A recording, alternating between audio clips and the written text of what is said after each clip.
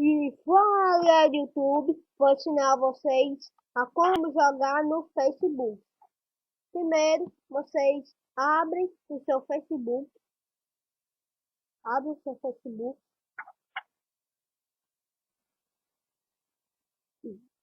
Aí vai estar aqui em jogos.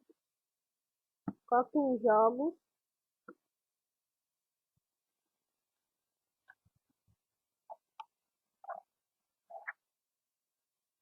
Depois de vocês ter colocado em jogos, vai aparecer um montão de jogos aqui.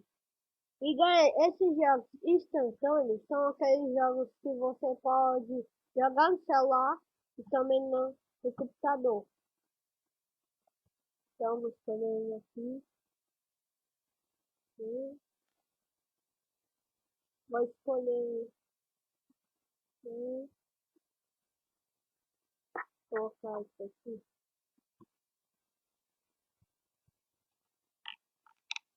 Aí vai estar assim, para você ter apertado o jogo que você quer jogar.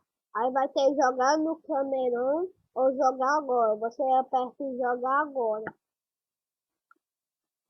Pede jogar agora. Aí vocês esperam carregar. Esperem carregar. Aí vai estar.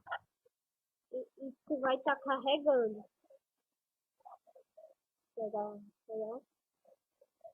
E galera, vocês também podem jogar com o seu amigo que estiver jogando. Aí vocês podem convidar eles a jogar.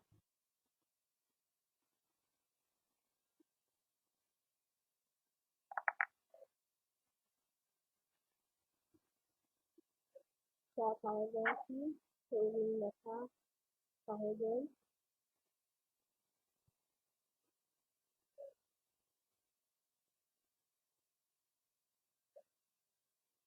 E galera, não sei se vocês repararam, mas eu tô gravando com a TubeCapture. O link para vocês dele tá na descrição do vídeo. Só você ir acessar e vai ter um negócio de download.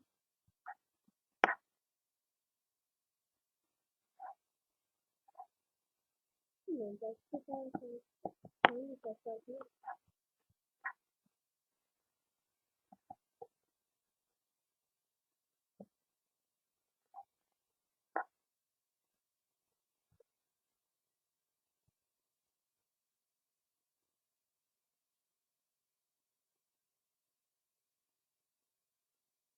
E é só isso, guys. Espero que vocês tenham gostado. Se inscreva no canal.